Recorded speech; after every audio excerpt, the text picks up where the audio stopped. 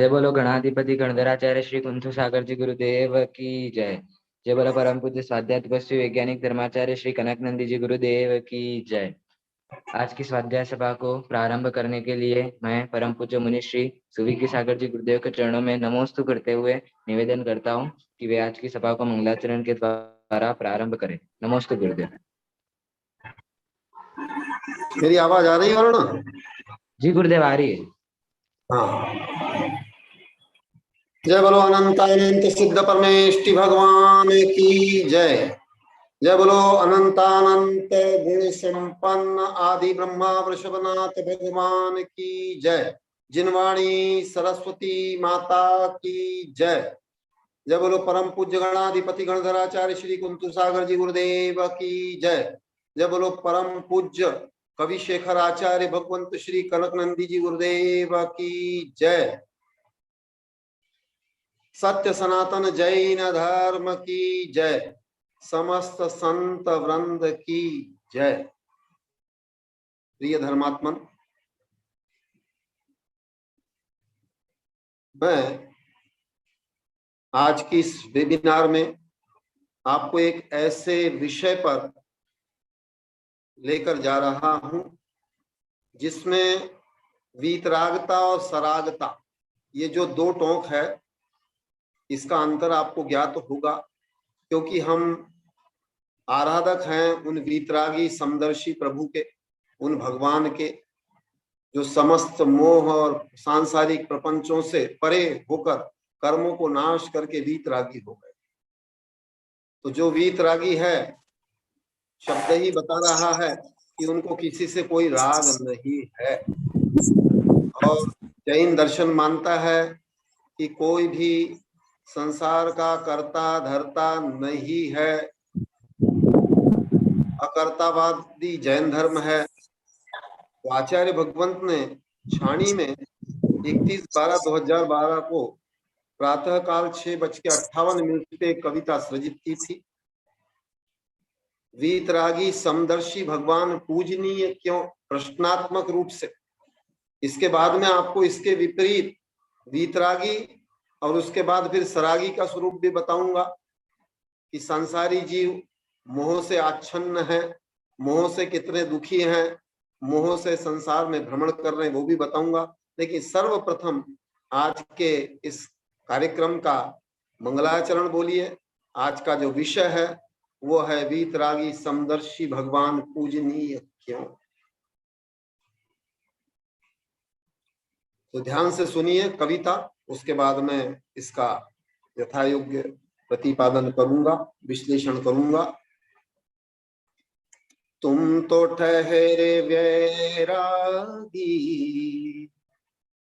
तुम तो ठहरे वीतरागी, हमें क्या तारोगे। तुम तो ठहरे समदर्शी, तुम तो ठहरे समभावी, हमें क्या रुलाओगे। तुम तो ठहरे वैरागी, हमें क्या तारोगे। तुम्हारा स्वरूप ही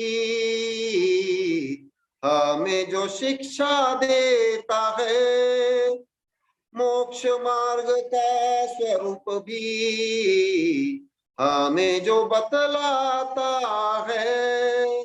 मोक्ष प्राप्ति हेतु वीतरागी भी बनना होगा, वीतरागी हेतु समदर्शी भी बनना होगा।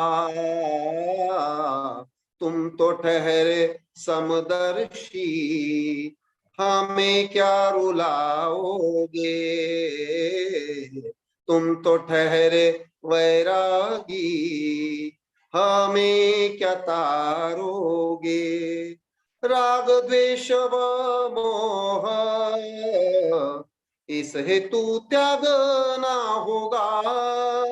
संकल्प विकल्प संक्लेश भाव को त्यागना होगा। इसी दिव्य उपदेश से तुम ही हो तारणहार, इसी दिव्य उपदेश से तुम ही हो तारणहार। वाचनिक उपदेशक होते भी वंचनाकार, तुम तो ठहरे वीतरागी, हमें क्या तारोगे। तुम तो ठहरे समदर्शी, हमें क्या रुलाओगे। जो तेरा उपदेश का उल्लंघन करता है, वह स्वयं स्वयं द्वारा संसार में रुलता है। अतः तुम ही सच्चा सदा पूजनीय हो, तुम्हारा आदर्श मार्ग सदा ही ग्रहणीय है। तुम तो ठहरे समदर्शी, हमें क्या रुलाओगे। तुम तो ठहरे वीतरागी, हमें क्या तारोगे। वीतरागी समदर्शी, जयवंत रहो अनंत तक। वीतरागी समदर्शी, जयवंत रहो अनंत तक। कनक नंदी तेरा, कनक नंदी तेरा उपदेश पालेगा मोक्ष तक। कनक नंदी तेरा उपदेश पालेगा मोक्ष तक। तुम तो ठहरे वीतरागी, तुम तो ठहरे वैरागी, हमें क्या तारोगे। तुम तो ठहरे समदर्शी, हमें क्या रुलाओगे। तुम तो ठहरे समभावी, हमें क्या रुलाओगे। तुम तो ठहरे वैरागी, हमें क्या तारोगे। प्रिय धर्मात्मा, कविता की इन पंक्तियों को सुनकर अवश्य ही आपका जो हृदय है वो झंकृत हुआ होगा, आपका मानस उद्वेलित हुआ होगा, कुछ प्रश्न और जिज्ञासा भी हुई होगी कि आचार्य भगवंत ने ये किस तरह की कविता लिखी कि तुम तो ठहरे वैरागी, हमें क्या तारोगे। भगवान पे ही प्रश्न कर दिया, आप तो वीतरागी हो, किसी से राग द्वेष मोह नहीं करते, हमको फिर कैसे तारोगे। क्योंकि किसी को तारने के लिए मोह राग द्वेष होना, तब उसको तारते हैं, तब उसके प्रति कोई अपनत्व होता है, कोई उसके प्रति ऐसी आसक्ति होती है। लेकिन यहाँ आचार्य भगवंत कह रहे हैं, तुम तो ठहरे वीतरागी और तुम तो ठहरे वैरागी, हमें क्या तारोगे। भगवान का स्वरूप हमारे जैन दर्शन समदर्शी का, वीतरागी समदर्शी से आपको आचार्य भगवंत अनेक वर्षों से बता रहे हैं कि हम भगवान के माध्यम से भगवान को या गुरु को सच्चा माने एक सस्ता नौकर बना करके प्रयोग करते हैं, उसके माध्यम से हमारे सांसारिक प्रयोजनों को सिद्ध करना चाहते हैं। जबकि भगवान का जो स्वरूप है वो वीतरागी स्वरूप है, वैरागी स्वरूप है, समदर्शी स्वरूप है। आचार्य भगवंत आगे लिख रहे, तुम तो ठहरे समदर्शी समभावी, हमें क्या रुलाओगे। अब आप समदर्शी हो, आप तार भी नहीं सकोगे और रुला भी नहीं सकोगे, कैसी स्थिति है। लेकिन आचार्य भगवंत इसके माध्यम से एक गहन संदेश देना चाह रहे हैं, बहुत बड़ी एक शिक्षा देना चाह रहे हैं। वो शिक्षा ये है कि तुम्हारा स्वरूप ही हमें जो शिक्षा देता है, ऐसा जो वीतरागी वैरागी स्वरूप है, समदर्शी रूप है, ये हमें महान शिक्षा देता है। इस अगाध संसार में, इस दुख रूपी संसार में, इस मोह के साम्राज्य रूपी संसार में हमको एक ऐसी शिक्षा देता है भगवान का स्वरूप। मैं आपको आगे अगली कविता में मोह का साम्राज्य भी बताऊंगा। अभी मोक्ष मार्ग का स्वरूप भी हमें जो बतलाता है, ऐसे समदर्शी वीतरागी प्रभु ही हमें मोक्ष मार्ग का स्वरूप बताते हैं, क्योंकि वो स्वयं मोक्ष को प्राप्त हो गए, मुक्ति को प्राप्त हो गए, स्वस्वरूप को, शुद्ध स्वरूप को प्राप्त हो गए। वो ही हमें इस मोक्ष मार्ग का स्वरूप बतलाते हैं। मोक्ष प्राप्ति हेतु वीतरागी भी बनना होगा। भगवान कहते हैं कि इस मोक्ष की प्राप्ति जिस जीव को करनी है उसको भी वीतरागी, वैरागी और समदर्शी ही बनना होगा। इसके अतिरिक्त कोई मार्ग है नहीं, क्योंकि राग, द्वेष, मोह सब संसार का कारण है। इसमें जितना जितना आसक्त होता है जीव, संसार का ही वर्धन होता है, संसार ही बढ़ता है, दुख ही बढ़ता है।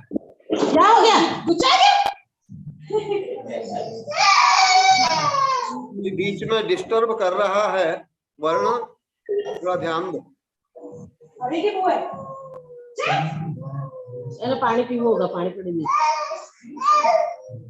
मोक्ष मार्ग प्राप्ति हेतु वीतरागी भी बनना होगा और वीतरागी हेतु समदर्शी बनना होगा। मोक्ष जिसको भी प्राप्त करना है, बिना वीतरागी बने, इस निवृत्ति के मार्ग को अपनाए बिना, इस मोहासक्ति, सांसारिक राग, द्वेष और मोह को छोड़े बिना कोई मोक्ष की प्राप्ति नहीं कर सकता। और उस वीतरागी बनने के लिए समदर्शी बनना होगा। आचार्य भगवान के यहाँ लिख रहे हैं कि वीतरागी भगवान समदर्शी बनते। सूत्र भी आता है, सव्वे सिद्धाहु शुद्धनया, हर जीव सिद्ध स्वरूप है। ऐसा जब समदर्शी जीव बनता है, आचार्य भगवान की एक कविता में आपने सुना है, सर्व जीव में जिनेन्द्र दर्शन, किसी के प्रति ना क्रूर प्रदर्शन, समता में सब में, समता में सब में, धन्य धन्य अनुभव, धन्य धन्य स्वानुभव। आचार्य भगवंत भी ऐसे ही अभी वीतरागी है, ऐसे ही समदर्शी है। उस वीतरागता की संपूर्ण प्राप्ति के लिए पहले समदर्शी बनना होता। आचार्य भगवंत बाल्यकाल से ही कथनचित, जब वो दीक्षित नहीं हुए थे तब से ही समदर्शी है। सबके प्रति समता भाव रखने वाले, सबको समानुभूति से देखने वाले, अनुभव करने वाले, हर जीव के प्रति संवेदना रखने वाले, करुणा और दया का भाव रखने वाले आचार्य भगवंत हैं। ये जो कविता है भले ही भगवान के लिए लिखी गई है, लेकिन ये वर्तमान में यदि हम इस कविता को जोड़ें, आचार्य भगवंत को भी पूरी जुड़ती है। इसकी आरंभिक पंक्ति को हम देखें, तुम तो ठहरे वैरागी, हमें क्या तारोगे। आप लोगों ने भी अनुभव बताया कि गुरुदेव हम लोग पहले अपनी रागात्मक दृष्टि से, अपनी मोहात्मक दृष्टि से आपको नहीं समझ पाए थे। अनेक और 20-25 वर्ष नहीं समझ पाए, क्योंकि वहां पर वीतरागता का कोई लक्ष्य था ही नहीं, आपने माना ही नहीं था। यहाँ अनेक बड़े बड़े लोगों ने भी अनुभव बताया, सब सरागता के ही पूजक थे, सबको सत्ता, संपत्ति, ख्याति, पूजा, लाभ, प्रसिद्धि, सांसारिक प्रयोजन से ही अपना सरोकार था।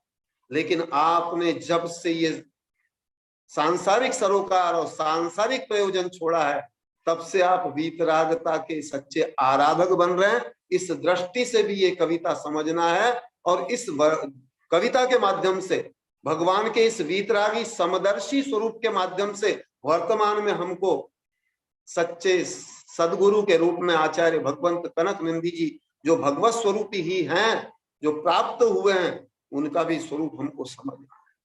उस रूप में हमको आराधना करना है। इस दृष्टि से आचार्य भगवंत ये सब क्रमबद्ध इसका स्वरूप बता रहे हैं। वीतरागी हेतु समदर्शी बनना होगा, और राग द्वेष व मोह इसी हेतु त्यागना होगा। समदर्शी बनना है, राग द्वेष मोह पक्षपात, तेरा मेरा, छोटा बड़ा, ये सब त्यागना होगा। जबकि हम आज इससे विपरीत धर्म क्षेत्र में यही देखते हैं, तेरा मेरा, छोटा बड़ा, धनी गरीब, काला गोरा, ये आप जब तक करते रहेंगे, ऐसी दृष्टि, ऐसी बहिर्दृष्टि जब तक है, तब तक हम समदर्शी नहीं, और समदर्शी नहीं बनेंगे तब तक हम वीतरागता के आराधक नहीं। वीतराग बनने की बात तो दूर है, उसके अभी आराधक नहीं, उसके हम अभी श्रद्धान वाले भी नहीं होंगे, ये स्थिति है। इसलिए हमको राग द्वेष और मोह इसके हेतु ही त्यागना होगा। ठीक है, गृहस्थ जीवन में पूर्णतः संभव नहीं होता, लेकिन हमें इसका श्रद्धान इसी रूप में होना चाहिए, हमारा श्रद्धान इससे विपरीत नहीं होना चाहिए। और आगे लिख रहे हैं आचार्य भगवंत, इसके लिए राग द्वेष मोह त्यागने के लिए संकल्प विकल्प और संक्लेश भाव को त्यागना होगा, समस्त विकल्पों को त्यागना होगा। जब से आपने विकल्प संकल्प संक्लेश आदि का त्याग किया है, यथा योग्य आंशिक रूप से पूर्ण तो अभी संभव नहीं है, लेकिन जितना आप कर रहे हैं, जितने जितने अंश में आप कर रहे हैं, उतने उतने अंश में आप में समदर्शिता आ रही है। आप वीतरागी समदर्शी गुरु से लेकर भगवान का स्वरूप समझ रहे हैं, और जिनवाणी का भी इसी के प्रतिपादन के लिए ही जिनवाणी है। इसी दिव्य उपदेश से तुम ही हो तारणहार, और ऐसा ही उपदेश भगवान संसारी जीवों को देते हैं। जो मोहासक्त जीव है, मोहों से आच्छन्न जीव है, उन सब के लिए दिव्य उपदेश भगवान क्या देते हैं? वीतरागता का ही देते हैं। संसार के समस्त कर्मों को, संसार के समस्त प्रयोजनों से राग द्वेष मोह संकल्प विकल्प संक्लेश को छोड़ करके अपने स्वस्वरूप की प्राप्ति के लिए ही ऐसे तारणहार भगवान उपदेश देते हैं। वाचनिक उपदेशक होते भी हैं वंचनाकार। आज भगवान भी स्वयं उस गुणों को प्रकट करके, और तीर्थंकर भगवान जब सर्वज्ञ बन जाते हैं, 13वें गुण स्थान में पहुंच जाते हैं, तब जाकर वो हमारे लिए उपदेशक बनते हैं, वो विश्व गुरु बनते हैं, और वो अपने आचरण से, अपनी चर्या से ही वो उपदेश देते हैं, पूर्ण उसका साकारीकरण अपने आत्मा में करते हैं, ऐसे भगवत स्वरूप की प्राप्ति करते हैं। ऐसी वीतरागता, ऐसी समदर्शिता को पूर्णतः प्राप्त करने के बाद ही वो वाचनिक भी उपदेश देते हैं, दिव्य उपदेश देते हैं। वाचनिक उपदेशक होते भी हैं वंचनाकार। अन्यत्र तो आज आपको अनेक बार आचार्य भगवान ने भी बताया, मैंने भी बताया, आज भली चर्चा वीतरागता की होती है, लेकिन अंतरंग में सब वित्तराग है। धर्म का सारा प्रयोग और प्रयोजन मात्र और मात्र धन संग्रह, जन संग्रह, ख्याति, पूजा, लाभ, प्रसिद्धि और सांसारिक प्रयोजनों के लिए ही किया जा रहा है। भले आपको आभास हो रहा है बाह्य में कि बहुत प्रभावना हो रही है, पहले इतने पंच कल्याणक नहीं होते थे, इतनी तीर्थ यात्राएं नहीं होती थी, इतने विधान नहीं होते थे, इतने बड़े बड़े अनुष्ठान नहीं होते थे। ये सब कुछ हो रहा है, लेकिन सत्य कुछ और। ये सब होना, इसका कोई विरोध नहीं है, ये हो, लेकिन प्रयोजन हमारा ये होना चाहिए, वीतरागता और समदर्शिता को प्राप्त करना। इसलिए भगवान पूजनीय। इसको छोड़ करके अन्य प्रयोजन होगा, वो कोई भी देव हो, शास्त्र गुरु हो या गुरु हो, वो हमारे लिए आदर्श रूप नहीं है। जिसमें वीतरागता है, समदर्शिता है, वही हमारा देव है, भगवान है, वही हमारे शास्त्र हैं, और वही हमारे सदगुरु हैं। जैसे अभी वर्तमान में आचार्य भगवंत कनक नंदी जी गुरुदेव एक आदर्श रूप में हमारे बीच में है। जो तेरा उपदेश का उल्लंघन करता है, वह स्वयं स्वयं द्वारा संसार में रुलाता है। ऐसे वीतरागी समदर्शी भगवान के उपदेश को का जो उल्लंघन करता है, रागी द्वेषी बन करके सिर्फ सांसारिक प्रयोजनों को ही साधना चाहता है, धर्म के माध्यम से, गुरु के माध्यम से, समस्त धार्मिक अनुष्ठानों के माध्यम से, वो उसको कोई भगवान संसार में नहीं रुलाते, कोई भगवान उसको अभिशाप नहीं देते, कोई उसका कर्ता धर्ता नहीं, वो अपने स्वयं के द्वारा ही स्वयं को संसार में रुलाता, अपने भावों से ही रुलाता है। भाव में ही स्वर्ग, और भाव में ही मोक्ष, और भाव में ही बंध, और भाव में ही नरक। स्वर्ग यही नरक यहाँ, इसके सिवाय जाना कहाँ। सब कुछ हमारे भाव में है और जीव भी स्वयं के द्वारा स्वयं को ही इस संसार में रुलाता है। आचार्य भगवंत ने गत वर्षों में ये बहुत बड़ी क्रांति की कि स्व पर आधारित हमारा समस्त अस्तित्व, समस्त हमारा पुण्य पाप बंध संवर निर्जरा सब स्वयं में ही है। भगवान उपदेश देते हैं, जिनवाणी हमको उपदेश देती है, गुरु हमको मार्गदर्शन कर सकते हैं, लेकिन हम स्वयं ही संसार भी बनाते हैं, स्वयं में ही मोक्ष है। आचार्य भगवान ने कविता में लिखा है, बंध भी तू ही, मोक्ष भी तू ही, स्वर्ग भी तू ही, नरक भी तू ही स्वयं का संसार है, तू ही स्वयं को रुलाता है, अन्य कोई भी नहीं तुझे कोई संसार में रुला सकता। अतः तुम ही सच्चा सदा पूजनीय हो।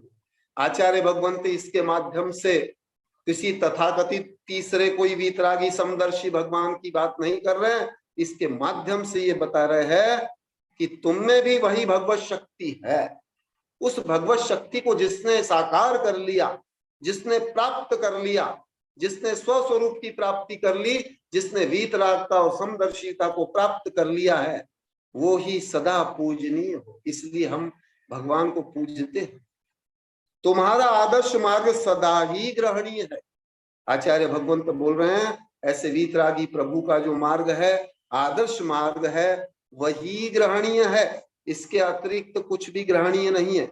वीतरागी समदर्शी जयवंत रहो न। आचार्य भगवंत ऐसे वीतरागी भगवान के प्रति, समदर्शी भगवान के प्रति अपना श्रद्धान, अपना विनय और अपनी भावना प्रकट कर रहे हैं कि हे वीतरागी समदर्शी भगवान, आप संसार में जयवंत रहो अनंत काल तक। और वो तो अनंत काल तक होते ही है, सुखी होते हैं। कनक नंदी तेरा उपदेश पालेगा मोक्ष तक। आचार्य भगवान स्वयं का अपना लक्ष्य भाव बता रहे हैं कि आचार्य भगवान बोल रहे हैं कि मैं भी आपके उपदेश को, हे वीतरागी भगवान, हे समदर्शी भगवान, हे पूजनीय भगवान, मैं आपके उपदेश को जब तक मोक्ष की प्राप्ति नहीं हो जाती तब तक पालन करता रहूंगा। यानी आपने जिस स्वरूप को प्राप्त किया है, वंदे तद्गुण लब्धे सूत्र के अनुसार आपके गुणों की प्राप्ति, आपने जिन गुणों की प्राप्ति की है वो भी मुझ में अस्तित्व रूप में अभी है, लेकिन अभी सुप्त रूप में है, गुप्त रूप में है। उसको मैं प्रकट करने के लिए उस मोक्ष प्राप्ति तक आपके उपदेश का पालन करूंगा। ऐसा आचार्य भगवंत इस कविता के माध्यम से बता रहे हैं। और आचार्य भगवंत अपना स्वयं का भी बताते हैं कि आप भी मुझसे कोई ऐसी अपेक्षा न करो।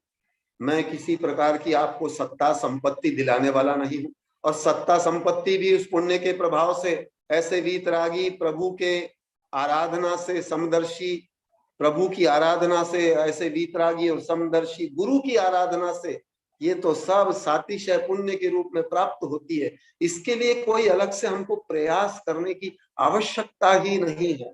जितनी जितनी भाव विशुद्धि होगी, जितनी जितनी निवृत्ति होगी, जितनी जितनी मोहराग द्वेष से निवृत्ति होगी, उतने उतने हम वीतरागता के आराधक और वीतरागता के प्राप्तिकर्ता भी होंगे भविष्य में। लेकिन उसके लिए हमारा भाव, लक्ष्य उस ओर ही होना चाहिए, उसी वीतरागता को प्राप्त करने के लिए होना, ये विधेय है। ये भी आचार्य भगवान इस कविता के माध्यम से संदेश दे रहे हैं।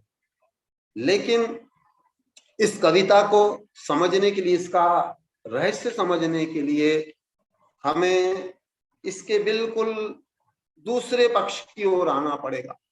इसका जो नेगेटिव पक्ष है, हम संसार में वीतरागता को, समदर्शता को, सच्चे देव शास्त्र गुरु को क्यों नहीं समझ पाते, उसका कारण भी आचार्य भगवंत की दूसरी कविता के माध्यम से प्रस्तुत है। बहुत अच्छी कविता है, आप लोग ध्यान से एक एक शब्द सुनना और देखना कितनी अच्छी कविता है, कितनी रहस्यपूर्ण है, कितनी भाव प्रभावनाकारी है, कितनी हमारे अशांति मन को शांति देने वाली है। ये आचार्य भगवान ने फलासिया झाड़ूल में 26/4/2012 को रात्रि 11:01 पे ये कविता सृजित की थी, जिसका शीर्षक है मोह का साम्राज्य। इस संसार में मोह का ही पूरा साम्राज्य है और कोई किसी का साम्राज्य नहीं, कोई तथाकथित किसी ईश्वर का साम्राज्य नहीं। वो ज्ञानात्मक रूप में, गुणात्मक रूप में है, वो अलग है। लेकिन संसार में हम जो कुछ भी देखते हैं, संसार का जो भी गति रूप परिणमन या संसार में राग द्वेष युद्ध कलह ये आदि आदि जितना देखते हैं, उसके मूल में कोई है तो वो है मोह। मोह को कर्मों का राजा कहा गया है, कर्मों का ये राजा है। हिंदू धर्म में भी यही है, मोह को ही माना गया है संसार का कारण। इस मोह का साम्राज्य कितना कहां कहां तक है, इस कविता के माध्यम से आप सुनिए। आप लोगों ने संभवतः जीवन में कभी ऐसी कविता श्रवण की, पहले तो कविता रूप में ऐसा कभी विषय आता नहीं, और जैन जगत में तो बहुत दुर्लभ है कविता रूप में, काव्य रूप में ऐसा विषय हमको प्राप्त हो। आचार्य भगवान की इस कविता के माध्यम से आप देखें कि मोह का साम्राज्य कहां तक है, जिससे हमको समझ में आएगा कि हम उस साम्राज्य के से कितना प्रभावित हैं और कितना उसमें हम संसार में अनंत काल से रूल रहे हैं, दुख प्राप्त कर रहे हैं, कर्मों से संयुक्त है। ऐसे मोह का साम्राज्य, अशांतिप्रद मोही जीवों की विपरीत प्रवृत्ति। जो मोही जीव है वो अशांतिप्रद होते हैं और उनकी विपरीत प्रवृत्ति होती है। विपरीत प्रवृत्ति क्या क्या होती है वो जानिए अभी इस कविता के माध्यम से। मोही जी विपरीत भाव व्यवहार करके स्वयं को श्रेष्ठ ज्येष्ठ मानता है। संसार में हम देखते हैं कि इतना विपरीत भाव व्यवहार लक्ष्य जिनका होता है वो भी अपने आप को श्रेष्ठ मानते हैं। और विशेषतः मोही जीव वैभाविक रूप में, विकृति रूप में कैसे अपने को श्रेष्ठ मानता है, ये कविता के माध्यम से आप देखो। आपको आनंद भी आएगा, चिंतन भी होगा, आपको हंसी भी आएगी और रोना भी आएगा। ऐसी कविता है। देखो देखो देखो मोह को देखो, संसारी जीवों के काम को देखो, संकीर्ण स्वार्थ भाव को देखो, अन्याय अत्याचारों को देखो। देखो देखो देखो मोह को देखो, अनावश्यक काम को देखो, फैशन व्यसन अहम को देखो, आलस्य प्रमाद भय को देखो, वाद विवाद व कलह को देखो। देखो देखो देखो मोह को देखो, क्रोध मान काम लोभ को देखो, ढोंग पाखंड मिथ्यात्व देखो, ठगी मायाचारी शोषण देखो, मिलावट भ्रष्टाचार को देखो। देखो देखो देखो मोह को देखो, राजा महाराजा चक्री को देखो, आक्रमण युद्ध हत्या को देखो, चोरी लूटपाट विनाश देखो, बलात्कार अत्याचार को देखो। देखो देखो देखो मोह को देखो, अन्य को दास बनाना देखो, दास प्रजा का शोषण देखो, ठाट बाट भोग विलास देखो, मन्यमाना श्रेष्ठ पना को देखो। देखो देखो देखो मोह को देखो, मंत्री सेनापति सेना को देखो, कृषक अन्न दाता को देखो, श्रमिक प्रजा का शोषण देखो, कृषक अन्न दाता को देखो, श्रमिक प्रजा का शोषण भी देखो। देखो देखो देखो मोह को देखो। ढोंगी पाखंडी धार्मिक देखो, मिथ्या आडंबर काम को देखो। बलि सती दाह भेदभाव देखो, अन्य धर्मी से घृणा को देखो। देखो देखो देखो मोह को देखो, धर्म प्रचार का माध्यम देखो। आक्रमण युद्ध हत्या को देखो, अत्याचार भ्रष्टाचार को देखो। आतंकवाद राज्य विस्तार देखो। देखो देखो देखो मोह को देखो। अभी के मंत्री सांसद देखो, राष्ट्रपति कर्मचारी को देखो। भ्रष्टाचारी तानाशाही को देखो, मन्यमाना लोक सेवक देखो। देखो देखो देखो मोह को देखो। सेठ साहूकार व्यापारी देखो, मालिक उद्योग पति को देखो। मिलावट ठगी शोषण देखो, पापी धनी के अहम को देखो। देखो देखो देखो मोह को देखो। हीरो हीरोइन नाटों को देखो, अश्लील कामुक कार्य को देखो। मन्यमाना महानायक देखो, इनके पुजारी मानव को देखो। देखो देखो देखो मोह को देखो। भौतिकता हेतु पाप को देखो, धर्म के विरुद्ध कर्म को देखो।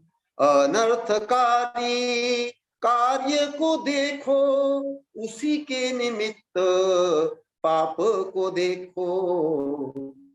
देखो देखो देखो मोह को देखो। गप्पबाजी निंदा चुगली देखो, ईर्ष्या द्वेष घृणा भाव को देखो। बड़प्पन का दिखावा नकल देखो, अकल बिना नकल को देखो। देखो देखो देखो मोह को देखो। शांति के नाशक कामों को देखो, अज्ञानी मोही जीवों को देखो। आत्म पतन के कार्यों को देखो, उसी में आसक्त जीवों को देखो। देखो देखो देखो मोह को देखो। और अंतिम पंक्ति है, इनसे भिन्न भावों को देखो। शांति प्राप्ति के कार्यों को देखो, मोक्ष प्राप्ति के कार्यों को देखो। ज्ञान वैराग्य समता देखो, कनक निष्प्रभ भाव को देखो। देखो देखो देखो मोह को देखो। संसारी जीवों के काम को देखो, संकीर्ण स्वार्थ भाव को देखो। अन्याय अत्याचारों को देखो। देखो देखो देखो मोह को देखो। प्रिय धर्मात्मन, आचार्य भगवंत ने इस मोह के साम्राज्य की फिल्म आपको दिखाई है।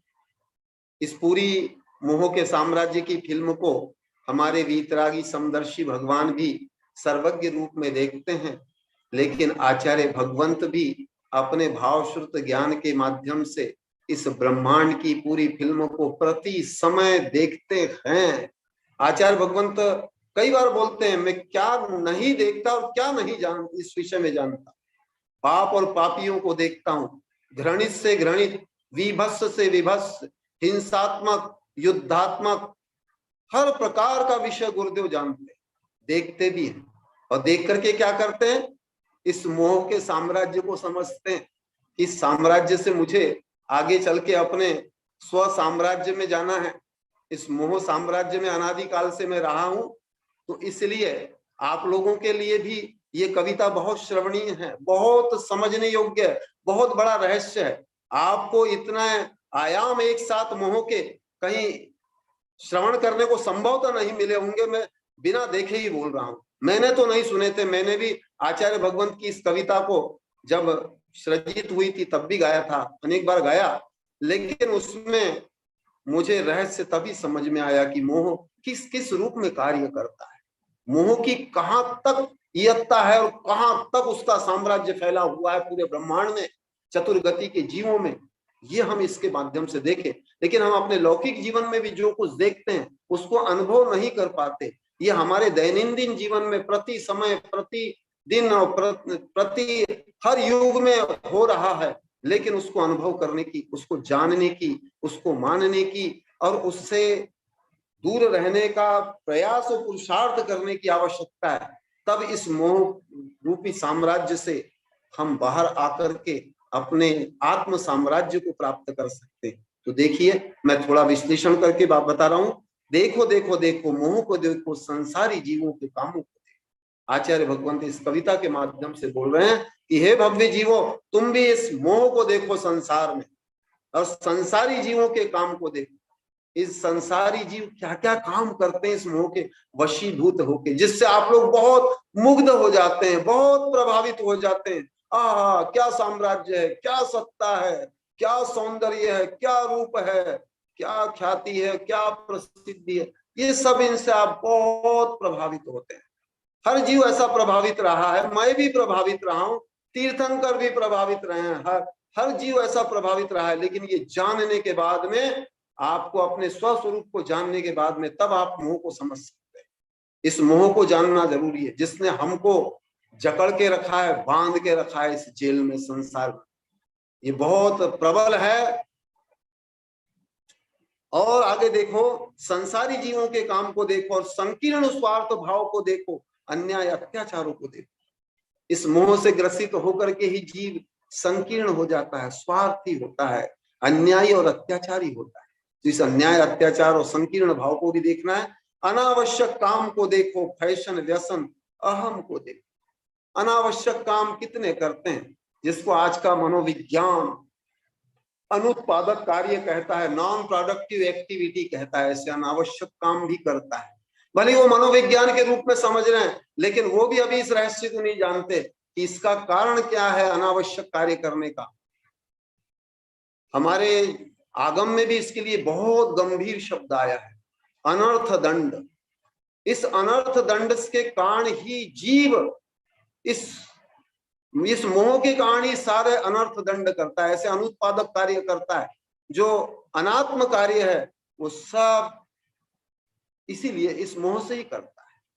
अभी मनोविज्ञान भी मानता है कि आप भी अपने जीवन में ये अनुत्पादक कार्य जितने करते हैं, आपका विकास रुकता है। आध्यात्मिक तो रुकता ही है, लेकिन वो भौतिक विकास भी रुकता है, ये भी बोल रहे हैं। जब भौतिक विकास अनावश्यक कार्यों से रुकता है, तो फिर अभी अध्यात्म के लिए और आध्यात्मिक उपलब्धि के लिए हमको इन अनावश्यक कार्यों को कितना छोड़ना है, इसकी आप कल्पना कीजिए, इसको भावित कीजिए। और इसके लिए ही आचार्य भगवंत बोल रहे हैं। वैसे ये बहुत विस्तार का विषय है।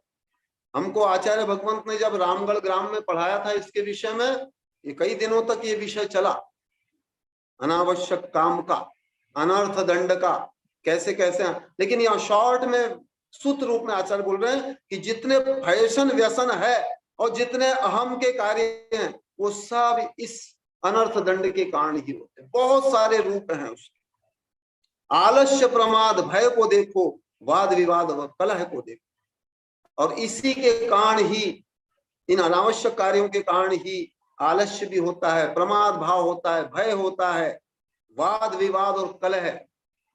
आप जो लौकिक जीवन में सब अनुभव करते हैं, सबके पीछे कारण मोह होता है। क्रोध, मान, काम, लोभ को देखो, ढोंग, पाखंड व मिथ्यात्व देखो।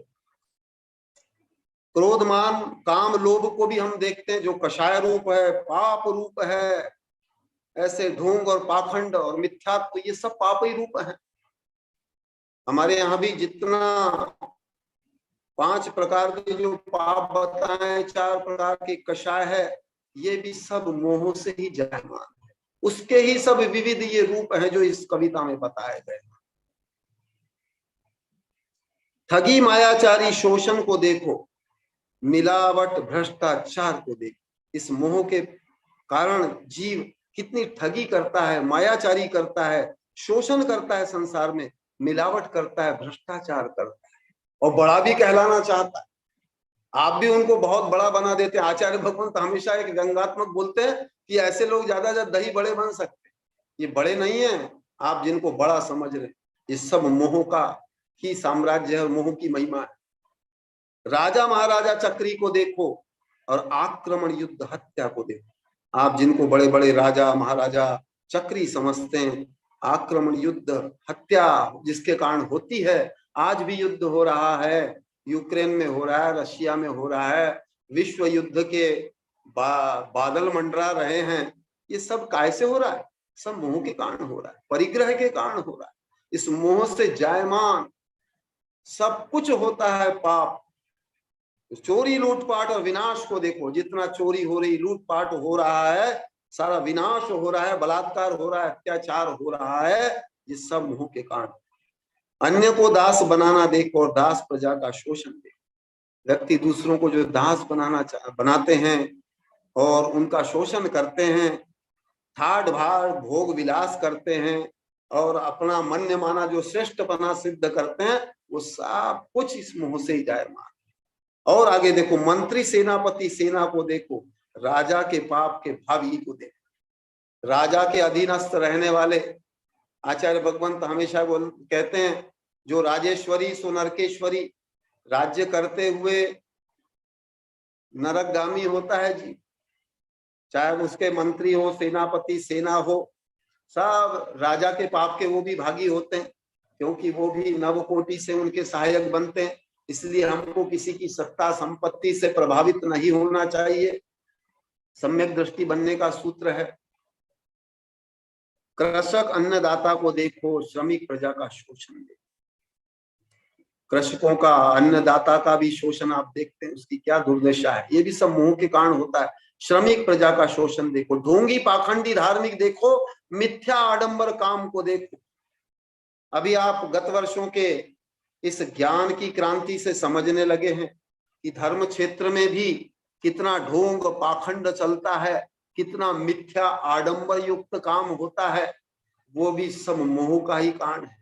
धर्म के भी नाम पर लोग करते हैं, उसमें भी मोह ही कारक रहता है। मोह वहां भी कार्य करता है। आप सिर्फ कोई धार्मिक कार्य होते ये ना समझ लो कि ये मोह से, जब तक मोह से दूर नहीं होगा। जो पहली कविता पढ़ी थी, यदि वीतरागता में और समदर्शिता में आपकी आस्था नहीं है तो वो धर्म हो ही नहीं सकता, क्योंकि वो आत्मा का स्वरूप है, वीतरागता और समदर्शिता। बलि सतीदाह भेदभाव को देखो, अन्य धर्मी से घृणा को देखो। हम ये भी देखते हैं, बलि प्रथा देखते हैं, सतीदाह देखते हैं, भेदभाव विद्वेष जो देखते हैं और अन्य धर्मों से घृणा करना, ये भी सब मोह के कारण ही होता है। तेरा मेरा पक्षपात, छोटा बड़ा। धर्म प्रचार का माध्यम देखो, आक्रमण युद्ध हत्या को देखो। धर्म के लिए भी आक्रमण होता है, युद्ध होता है, हत्या होती है। और हम भारतीय लोग उसके सबसे बड़े उदाहरण है। हजारों वर्ष हम गुलाम रहे इसी आक्रमण के कारण, इसी युद्ध के कारण, और अपनी स्वयं की इस मूर्ताओं के कारण, मिथ्यात्व के कारण, इस मोह के कारण ही दास बने दूसरों के। जो दासों के दास थे, जो दुष्ट दुर्जन थे, ऐसे दुष्ट दुर्जनों का भी दासत्व इन हम भारतीयों ने स्वीकार किया था। ये हमारे लिए बहुत लज्जास्पद है। इसके भी आप कारणों में जाएंगे। आचार्य भगवंत इस कविता के माध्यम से कोई सामान्य धार्मिक बोध नहीं करा रहे, राजनीति का बोध करा रहे हैं। समाज विज्ञान, मनोविज्ञान, युद्ध विज्ञान, अन्य भी अनेक आयाम इस कविता में हैं। इस मोह को आप समझ लेंगे तो आपको संसार का स्वरूप समझ में आएगा। इतनी श्रेष्ठतम कविता है, इसकी महिमा आप समझो। ये कोई ऐसे ही मनोरंजन के लिए नहीं गाई जा रही, या आपका कोई लोकानुरंजन नहीं किया जा रहा है। इसके माध्यम से हमको यथार्थ ज्ञान प्राप्त हो रहा है। अभी के मंत्री सांसद देखो, राष्ट्रपति कर्मचारी को देखो, भ्रष्टाचारी तानाशाही को देखो, मन्य माना लोक सेवक को देखो। अभी हम राजनीतिक क्षेत्र में भी जो कुछ देखते हैं, अभी मंत्री रूप में, सांसद रूप में, अभी लोकतंत्र है इसलिए लोकतांत्रिक व्यवस्था के अनुरूप देखते हैं, लेकिन यहाँ भी जो कुछ होता है ये भी सब मोह की महिमा है, मोह के कारण ही होता है। आज नेता भ्रष्टाचारी तानाशाही होते हैं, मन्य माना लोक सेवक, अपने को लोक सेवक कहते हैं लेकिन लोग शोषक हो जाते हैं। सेठ साहूकार व्यापारी को देखो और मालिक उद्योगपति को देखो। हम सेठों को देखते हैं, साहूकार को देखते हैं, व्यापारी को, मालिक उद्योगपति को देखते हैं, और मिलावट ठगी शोषण देखो, इनकी मिलावट देखो, ठगी देखो, शोषण देखो। नाम बड़े और दर्शन खोटे, बड़े बड़े नाम हो जाते हैं, बड़े बड़े धार्मिक अनुष्ठान करा लेते हैं, लेकिन अंतरंग में उनके भी यही मोह कार्य करता है। यदि कोई धनी होते हुए भी इस मोह को समझे और इससे दूर रहने का प्रयास करे तो फिर क्या देखना है, वो तो सातिशय पुण्य कार्य है। सत्ता संपत्ति होते हुए भी यदि मोह के स्वरूप को समझता है और मन में श्रद्धान करता है कि ये मेरे लिए अनात्म है, मेरे लिए अहितकारी है, तो वो भी एक श्रेष्ठ जीव है। हीरो हीरोइन नटों को देखो, मिलावट ठगी शोषण देखो, और पापी धनी के अहम को देखो। जो पापी लोग होते हैं, धनी बन जाते हैं, उनके भी अहंकार को आप देखो। इसके माध्यम से बोल रहे हैं, हीरो हीरोइन नटों को देखो, अश्लील कामुक कार्यों को देखो। आज हमारे भारतीय समाज में आदर्श सब, हमारी आज की जनरेशन जो मानती है वो इन नट नटियों को, आप जिसको हीरो हीरोइन कहते हैं, आचार्य भगवंत की और शुद्ध भाषा में उसको नट और नटी कहते हैं, जिससे नाटक शब्द है। ये सब नाटककार लोग हैं, नाटक करने वाले हैं, अश्लील और कामुक कार्य करने वाले हैं, मन्य माना महा, और ऐसे लोगों को आप महानायक बोलते हैं, विश्व सुंदरी बोलते हैं, आदि आदि ना जाने क्या क्या बोलते हैं। ये भी मोह का ही प्रभाव है। उनकी चित्र, उनकी फोटो और उनको हृदय में बसा के रखते हैं। आचार्य भगवंत अनेक बार बोलते हैं, आपके जिनालय के भगवान अलग हैं, लेकिन मनालय के जो भगवान है वो अलग है। वो तो दिखाने के लिए है, लेकिन अंतरंग में जो मनालय में जो देव बैठे हुए हैं वो ऐसे महानायक, ऐसे हीरो हीरोइन, नट नटी, इनको आज लोग मानते हैं अश्लील। ये भी सब इनके अश्लीलता को, कामुकता को भी लोग अच्छा मानते हैं। ये भी मोह का ही प्रभाव है। मोह के कारण व्यक्ति इनके पाप को भी नहीं समझ पाता।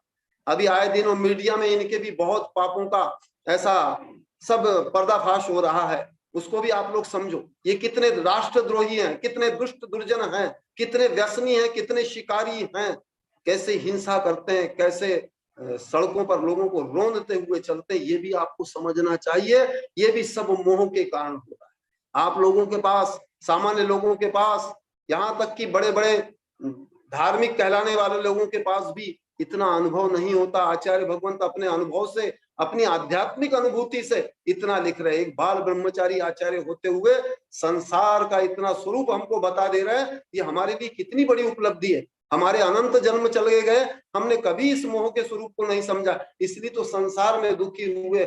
ये भी हमको जानना है, समझना है, श्रद्धान करना है, और तदनुरूप अपने भाव व्यवहार और लक्ष्य को निर्धारित करना है। भौतिकता हेतु पाप को देखो और धर्म के विरुद्ध कर्म को देखो, अनर्थकारी कार्यों को देखो और उसी के निमित्त पाप को देखो।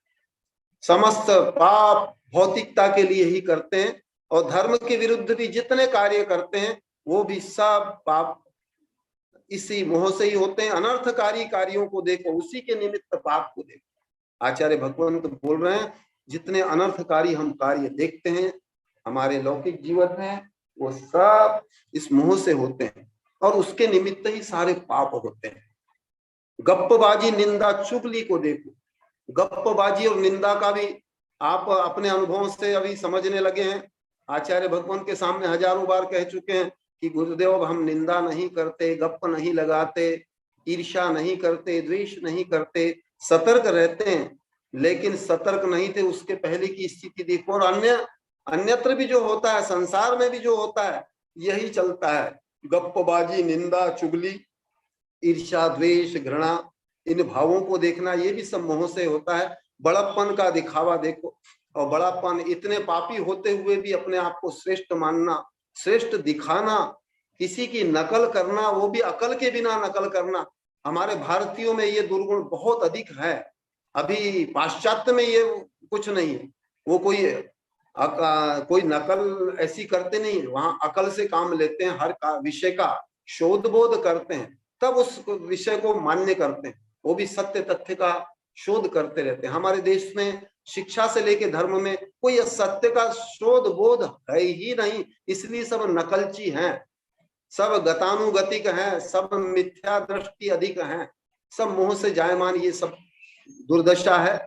शांति के नाशक कामों को देखो, आचार्य भगवंत बोल रहे हैं कि जितने हमारी शांति के नाशक जो भी कार्य हैं, जो हमको अशांत करते हैं, अज्ञानी मोही जीवों को देखो। ऐसे जो अज्ञानी जीव हैं, मोही जीव हैं, उनको देखो, और आत्म पतन के कार्यों को देखो। आत्म पतनकारी जितने कार्य हैं, और उसी में आसक्त जीव देखो, और ऐसे मन्य माना अपने को श्रेष्ठ मानने वाले हैं और उसी में आसक्त हैं, पापी होते हुए भी अपने को श्रेष्ठ सिद्ध करते हैं, ये भी सब मोह का प्रभाव है। लेकिन आप जितने निर्मोहिता में विश्वास करेंगे, आपको ये समझ में शीघ्रता से आएगा, आप विवेकवान बनेंगे, आप बिल्कुल सच्चे बुद्धिमान बनेंगे, सच्चे आप अपने हित अहित को समझने वाले होंगे, विवेकवान होंगे। इनसे भिन्न भावों को देखो, शांति मोक्ष प्राप्ति के कार्यों को देखो।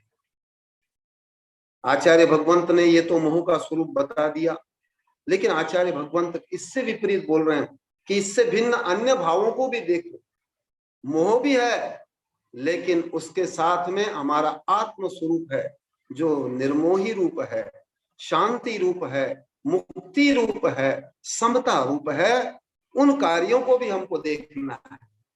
आप लोगों ने तो देखना प्रारंभ कर दिया है, विशेषतः गत वर्षों की जो भी क्रांति हुई है, भाव क्रांति हुई है, ज्ञान क्रांति हुई है, गुण क्रांति हुई है, उसके माध्यम से आप तो ये देख रहे हैं समता क्या होती है, निष्प्रहता क्या है, ज्ञान वैराग्य क्या है, निष्प्रहता क्या है, निराडंबरता क्या है, सर्वोदय क्या है, अंत्योदय क्या है, ये आप समझने लगे हैं। और ये समझने के बाद में आप सभी के श्रद्धा में, भक्ति में, सेवा, सहयोग, भाव विशुद्धि, गुणों में वृद्धि, ये सब इसलिए हो रहा है कि अब इनसे भिन्न, जो मोह से भिन्न भाव हैं, उसको भी आप समझने लगे हैं। ये आपके निकट भव्य होने का संकेत है।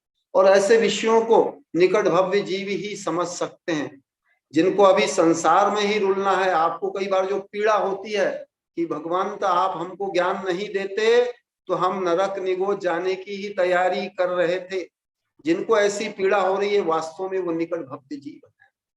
और जिनको इस जिनवाणी के श्रवण में भी रुचि आ रही है, वो भी सब निकट भव्य जीव हैं। और इस दृष्टि से अभी इस निकट भव्यता का और इस सम्यक्त्व की क्रांति का, इस निर्मोही क्रांति का, वीतरागता का, समदर्शिता का, समता का, शांति का, निष्प्रहता का, निराडंबरता का कोई केंद्र है, वो आपका अभी बागड़ क्षेत्र, और उसमें भी विशेषतः कॉलोनी ये केंद्र बना हुआ है। इस केंद्र के माध्यम से सारे विश्व के लिए आचार्य भगवंत का संदेश यही है कि जो भी संसार में मोही जीव विपरीत भाव व्यवहार करके अपने को श्रेष्ठ ज्येष्ठ मानते हैं, उससे विपरीत हमको सत्य तथ्य जानना है, यथार्थ शांति को प्राप्ति करना है, और ज्ञान वैराग्य और समता की वृद्धि करना है। आचार्य भगवंत भी निरंतर इन्हीं भावों से, इन्हीं निष्प्रहता से, ज्ञान और वैराग्य से समन्वित रहते हैं। ये तो आप प्रति समय अनुभव करते हैं, और उसके माध्यम से इतना ज्ञान प्राप्त करते हैं। सामान्य व्यक्ति जो अभी बहिर्दृष्टि है, वो अभी कभी कल्पना भी नहीं कर सकता कि आचार्य भगवंत के पास इतना ज्ञान है। सामान्य रूप से आप देखेंगे तो कोई समझ ही नहीं सकता आचार्य भगवंत। लेकिन अभी आपको इन कविताओं के माध्यम से, आचार्य भगवंत के व्यक्तित्व और कृतित्व और साहित्य के माध्यम से मैं जो भी परिचय देने का एक अल्प सा प्रयास कर रहा हूं, वो प्रयास मेरा यही है कि हम ऐसे आचार्य भगवंत के ज्ञानात्मक विराट रूप को समझे, उनकी वीतरागता को, उनकी समदर्शिता को, उनकी निष्प्रहता को हम समझें, जिसके हम आराधक हैं, जिसके माध्यम से ही हमको मुक्ति प्राप्त होने वाली है। ऐसी मुक्ति की प्राप्ति के लिए भी आप भी इस मोह के स्वरूप को समझें, अनुभव करें और यथायोग्य इससे दूर रहकर अपने निर्मोही साम्राज्य, आत्म साम्राज्य को प्राप्त करने के लिए निरंतर प्रयास और पुरुषार्थ करें। इन्हीं भावनाओं के साथ में मैं अपनी वाणी को विराम देता हूं। आप सब में भी ऐसी सुख शांति, ज्ञान, वैराग्य निरंतर संचारित होता रहे, निरंतर आप इस ज्ञान से समन्वित होते रहें। इन्हीं भावनाओं के साथ जय बोलो परम पूज्य निष्प्रही निराडंबर आचार्य कवि शेखर आचार्य भगवंत श्री कनकनंदी जी गुरुदेव की जय। अभी 2 मिनट का समय है। यदि आपको इन 2 कविताओं को श्रवण करने के बाद में यदि कोई अपना अनुभव थोड़े समय में सुनाना चाहे तो वो अपना हैंड रेस करके सुना सकते।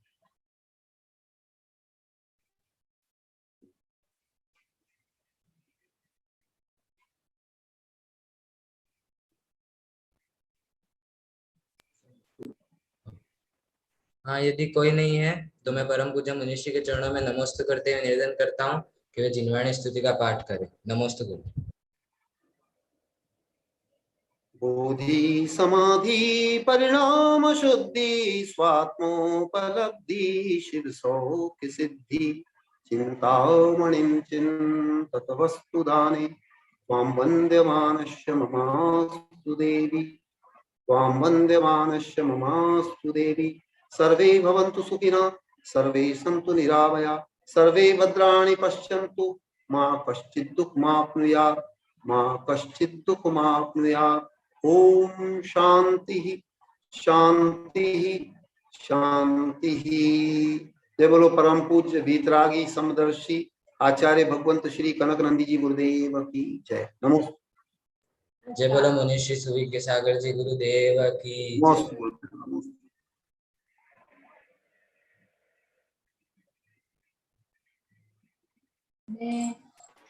नमोस्त गुरुदेव, नमोस्त नमोस्त गुरुदेव, नमोस्त नमोस्त नमोस्त गुरुदेव, नमोस्त गुरुदेव, नमोस्त गुरुदेव, नमोस्त गुरुदेव, गुरुदेव का जय जय जय गुरुदेव, नमोस्त भगवान, नमोस्त नमोस्त गुरुदेव, नमोस्त गुरुदेव, नमोस्त गुरुदेव, नमोस्त नमोस्त गुरुदेव, नमोस्त गुरुदेव, नमोस्त भगवान, नमोस्त नमोस्त क्षत्रिय धर्म प्रभाकर ज्ञान आचार्य गुरु नित्यं श्री कनक नंदी प्रणमामि। गुरुदेव का जय जय जय गुरुदेव।